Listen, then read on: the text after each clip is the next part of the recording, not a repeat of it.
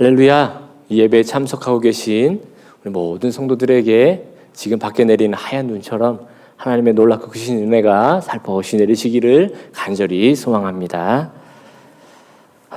우리 성도 여러분 잘 지내고 계시죠? 이게 또 사회적 거리두기 2.5단계로 또 비대면으로 예배드리다 보니 우리 성도님들을 잘 못 보다 보니 또 어떻게 지내시는지 또 궁금하고 그렇습니다. 요즘 여러모로 힘드시죠? 시시각각으로 어떻게 변할지 모르는 이런 상황, 또 언제 3단계가 될지, 또 사회는 어떻게 변하고 이 코로나가 또 우리에게 가까이 다가오고 있고 어떻게 하면 좋을지 여러 위협과 여러 불안의 상황과 또 초조하게 만드는 그런 여러 상황들을 겪게 되는데요. 또 심적으로는 또 우리 서로 간의 관계가 또 멀어지다 보니 인간적인 친밀함의 거리가 멀어지다 보니 심적으로는 우울감과 외로움이 또 찾아오기도 하고 여러모로 어려움이 있을 줄 압니다. 하지만 그 어려운 상황 가운데 더욱더 주님을 의지함으로 나아가는 저와 여러분 되기를 간절히 소망합니다. 저도 개인적으로 요 며칠 허리에 급성으로 통증이 잠시 와서 좀 잠시 힘든 시기를 겪었습니다. 허리가 아프다 보니 밥 먹기도 힘들고 칫솔질하기도 힘들고 심지어 양말 신기도 그렇게 힘들었었습니다. 그런데 이렇게 갑작스러운 어려움이 꼭 나쁜 것만은 아니더라고요. 이 어려움을 통해서 일상의 그런 아무렇지 그 평범함이 얼마나 감사한지 깨닫게 되는 시간들이었습니다. 우리도 그렇잖아요. 코로나로 인해서 다들 대부분 감사하는 게 그 전에 이렇게 예배드리러 나오는 것이 얼마나 감사했었는지 이제 깨닫게 되었다. 이런 고백을 참 많이 듣게 되었는데요. 저도 또한 그랬습니다. 이 잠시 어려움의 시간을 통해서 저를 돌아보는 시기로 삼았었습니다. 하나님 맡기신 여러 가지 소중한 것들이 있잖아요. 시간도 저에게 맡겨주셨고 또 물질도 맡겨주시고 소중한 가족도 맡겨주셨는데 또한 저희들에게 몸도 맡겨주셨잖아요. 제 몸도 다시 한번 돌아보게 되고 하나님께 한번 건강관리를 소홀히 했던 자신을 돌아보게 됐습니다. 특별히 저의 신앙을 돌아보는 시간이었습니다. 하나님의 사역자로 내가 서 있는데 과연 내가 정말로 하나님의 뜻 가운데 가고 있는지, 내가 열심히 한다고 하는데 내가 정말로 하나님의 뜻 가운데 그 열심을 향해 나아가고 있는지 다시 한번 돌아보는 시기로 삼았었습니다. 우리 모두 지금 어려운 시기를 보내고 있지만 이 어려운 시기를 더욱더 돌아보는 시기, 우리의 신앙을 돌아보는 시기로 삼는 저와 여러분 되기를 간절히 소망합니다. 특별히 2020년이 이제 2주밖에 안 남았습니다. 2021년이 다가오고 있는데요. 우리 인생에서 이런 마디가 있다는 게 얼마나 감사한지 모릅니다. 하루가 있고 한 주가 있고 한 달이 있고 또 한 해가 있다는 것이 우리의 삶을 다시 한번 돌아보게 되고 내 삶의 잘못된 방향을 다시 한번 돌이킬 수 있는 시간이 되고 다시 한번 우리의 소망을 가질 수 있는 귀한 시간으로 삼을 수 있으니 얼마나 감사한지 모르겠습니다. 우리 인생의 이런 중요한 마디에 한 해를 잘 돌아보고 다시 한 번 더 새해를 잘 준비할 수 있는 여러분 되기를 간절히 소망합니다. 오늘 본문에 보면 반복해서 등장하는 단어가 하나 나옵니다. 3절에 보면요. 여호와여 큰 물이 소리를 높였고 큰 물이 소리를 높였으니 큰 물이 그 물결을 높이나이다 라고 합니다. 큰 물이라는 단어가 3번이나 등장합니다. 4절에도요. 물 이런 단어가 등장하거든요. 우리나라 문학에서 보면 물은 죽음이나 또는 이별 또는 근원을 의미합니다. 심리학에서 보면요. 물은 우울감을 나타낼 때 자주 사용하긴 합니다. 특별히 정신분석학에서 무의식을 나타내는 꿈에서 그 물이 잘 등장했을 때 또는 그림에 물을 자주 그릴 때요. 우울을 나타내는 표지라고 얘기하곤 합니다. 그런데요. 히브리 문학에서 물은 어려움이나 난관을 나타내곤 합니다. 그러니까 지금 시편 93편의 저자는 아주 큰 어려움과 난간에 봉착해 있는 것입니다. 물인데 어떤 물이에요? 큰 물이죠. 그런데 큰 물을 3번이나 반복해서 말하고 있습니다. 히브리 문학에서 3이라는 숫자는 완전수입니다. 그러니까 너무나 큰 어려움, 어찌할 수 없는 어려움, 내가 아무리 노력하고 어떻게든 해봤지만 용을 써봤지만 어떻게 할 수 없는 그 어려움 가운데 직면해 있는 것입니다. 내 힘으로는 어찌할 수 없는, 마치 지금 우리의 상황, 그런 코로나의 상황 같은 수 있다고 볼 수 있습니다. 이 시편의 저자는 어찌할 바를 모릅니다. 그리고 탄식합니다. 큰 물이 소리를 높였고, 큰 물이 소리를 높였으니 큰 물이 물결을 높입니다. 하나님, 나 이 큰 어려움 가운데 있습니다. 어찌하면 좋습니까? 라고 얘기하고 있는 것입니다. 하나님, 그 큰 물결이 너무나 높습니다. 그 파도가 나를 지금 집어삼키려 하고 있습니다. 어찌하면 좋겠습니까? 라고 얘기하는 것입니다. 우리도 그런 어려움을 인생을 살다 보면 종종 겪게 되잖아요. 온 힘을 다해보고 용을 써보지만 어떻게 해볼 수 없는 그런 상황에 직면하잖아요. 그 큰 문제가 나를 뒤덮이는 듯이 나의 온 모든 것을 덮일 때가 찾아오잖아요. 이 문제 때문에 밥을 먹으려 해도 입맛이 없고, 잠을 자려 해도 이 걱정 때문에 잠을 잘 수가 없고, 무슨 일을 해도 손에 잡히지 않는 그런 큰 문제가 우리에게 다가올 때가 있잖아요. 그러한 때요, 우리 시편의 저자는 4절의 고백을 합니다. 4절의 고백을 한번 다 같이 한번 읽어보겠습니다. 높이 계신 여호와의 능력은 많은 물소리와 바다의 큰 파도보다 크니이다.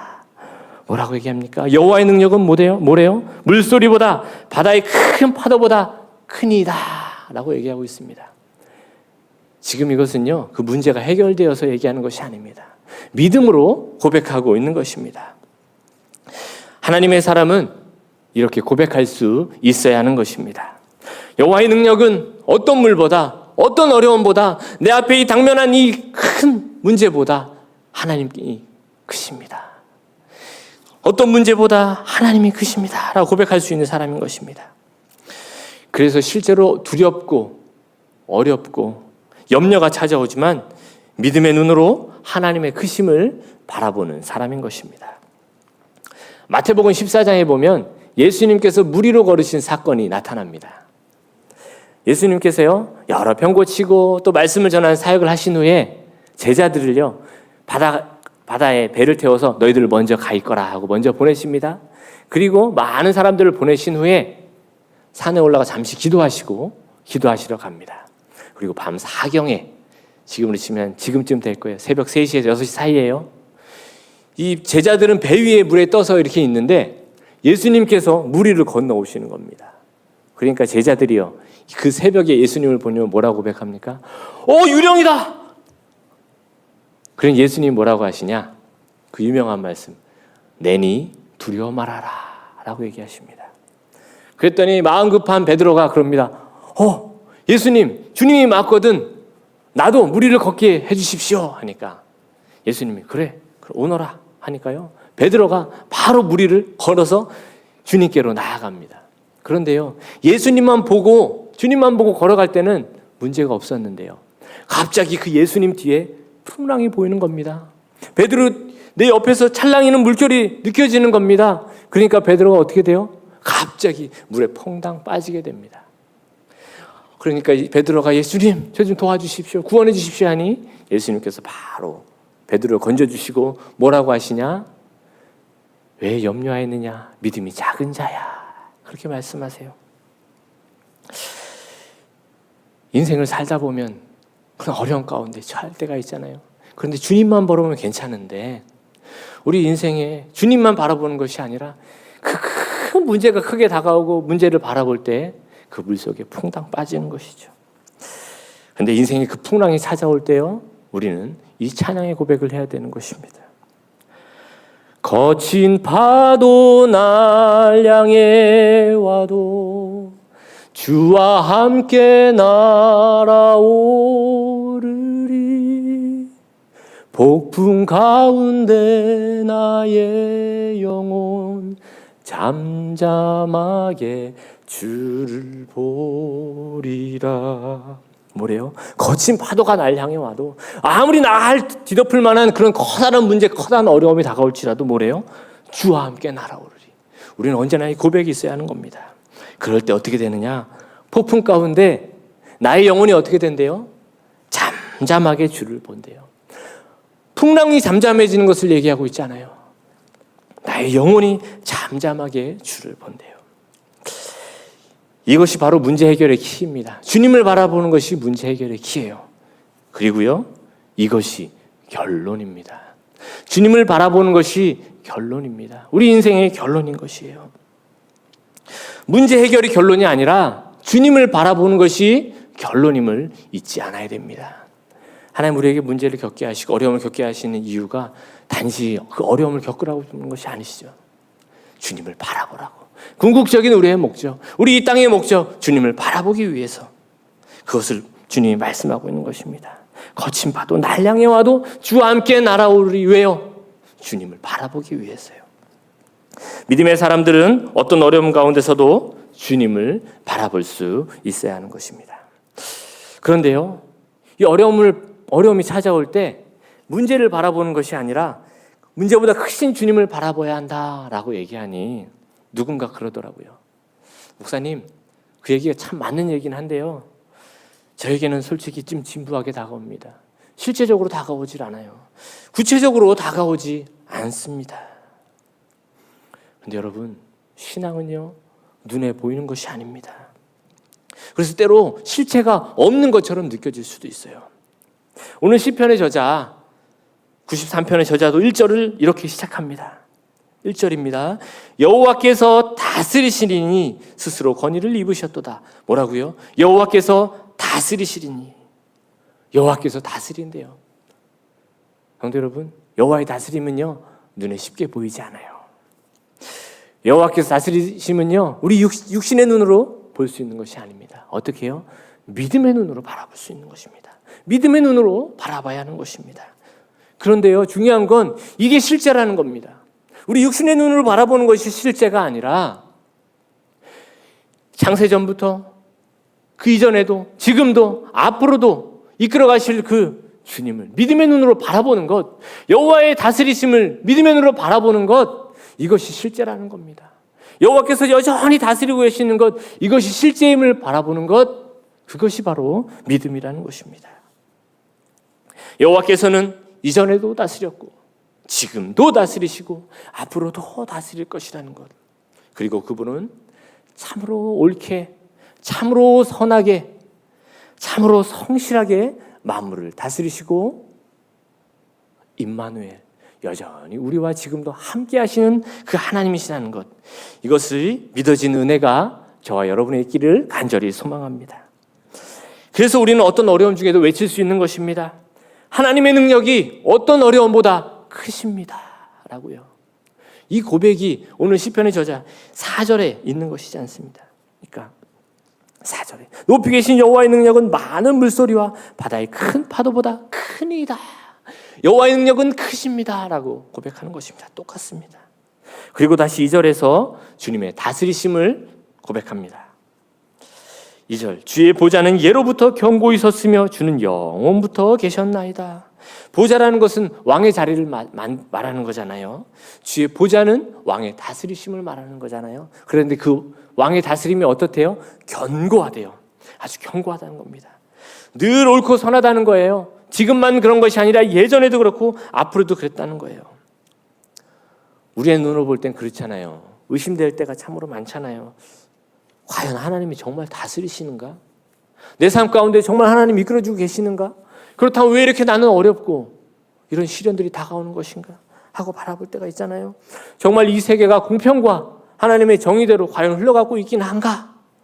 라고 의심이 들 때가 있잖아요. 그런데 아니라는 거예요. 하나님의 계획하심과 다스리심과 그 섭리는 한치의 오차도 없이 진행되고 있다고 지금 얘기하고 있는 것입니다. 그건 지금도 그랬고 예전에도 그랬고 앞으로 그럴 것이라고 말하고 있는 것입니다. 그것은 영원할 것이라고 얘기하고 있는 것입니다. 그걸 믿음의 눈으로 바라봐야 된다고 얘기하는 거예요. 그 하나님이 영원하시고 또 그 하나님의 사랑은 영원하다고 말하고 있는 것입니다. 그러기에 우리가 지금 이렇게 서 있을 수 있다는 것입니다. 죄악된 우리가, 하나님의 뜻에서 멀어진 우리가, 하나님으로부터 완벽하게 멀어진 우리가 어떻게 이 자리에 서 있을 수 있느냐? 하나님의 영원하심 때문에, 하나님의 그 사랑의 영원하심 때문에 우리가 이 자리에 있음을 늘 알아야 된다는 것입니다. 그리고 그것이 은혜라는 것, 하나님의 사랑의 영원하심이 우리의 소망이 된다는 것을 믿으시기 바랍니다. 제가 예전에 지하철을 많이 타고 다녔는데요. 제가 하루는 지하철을 타고 가고 있었는데 지하철을 타고 가다가 그때 사람이 많이 없었어요. 그래서 앞에 앉은 사람 앞에 다들 앉아 있었거든요. 그래서 지하철을 타고 터널을 지나서 터널 밖으로 쫙 나오는데 와, 그 밖의 풍경이 얼마나 아름다운지요. 그 하늘의 그 맑은 구름과 또 그 멋진 산세가 정말 멋있다 하고 제가 감탄하고 또 그때 석양이 비칠 때라서 야, 정말 아름답다 하고 이렇게 보고 있었는데 이렇게 밖에 보다 보니까 이 맞은편 사람들의 표정이 보이는 거예요. 그런데 이 사람들의 표정이요 정말 뚱하게 있는 겁니다. 그래서 제가 속으로 생각하기를 아니 어떻게 이렇게 아름다운 석양을 보고 저렇게 다들 뚱하니 있을 수 있는 거지? 라고 생각하고 있다가 제가 제 뒤를 힐끗 봤습니다. 그런데요 제 뒤의 풍경은요 시멘트 건물들, 아스팔트 그런 배경들만 있는 거, 회색빛들만 가득한 거였습니다. 그러면서 제가 그때 깨닫게 된 게요. 야, 같은 장소에 있어도 같은 목적지를 향해 가더라도 그 사람이 무엇을 보고 있냐에 따라서 다른 생각, 다른 느낌을 가질 수 있구나라는 생각을 하게 되었습니다. 여러분, 내가 어디를 보고 있냐에 따라서 나의 시각에 따라 전혀 다른 생각을 할 수 있는 것입니다. 우리가 같은 신앙생활을 하고 있지만 믿음의 눈으로 바라보고 있느냐 아니면 세상의 눈으로 바라보고 있느냐에 따라서 그 사람의 생각은 그 사람의 지금 상태는 전혀 다른 삶을 살고 있다는 것입니다. 오늘 하루요 어떤 상황 속에서도 문제를 바라보는 것이 아니라 믿음의 눈으로 바라볼 수 있는 자리로 옮길 수 있는 저와 여러분 되기를 간절히 소망합니다. 기도하겠습니다. 하나님 아버지, 삶의 어떠한 순간에도 믿음의 눈으로 여호와의 다스리심을 바라보는 저희가 되게 하여 주옵소서. 세상의 안위와 부귀에 흔들리지 않게 하시고 하나님의 영원하신 사랑 안에 살게 하여 주옵소서. 주님, 저희는 연약하오니 우리를 인도하여 주옵소서. 예수 그리스도의 이름으로 기도드립니다. 아멘.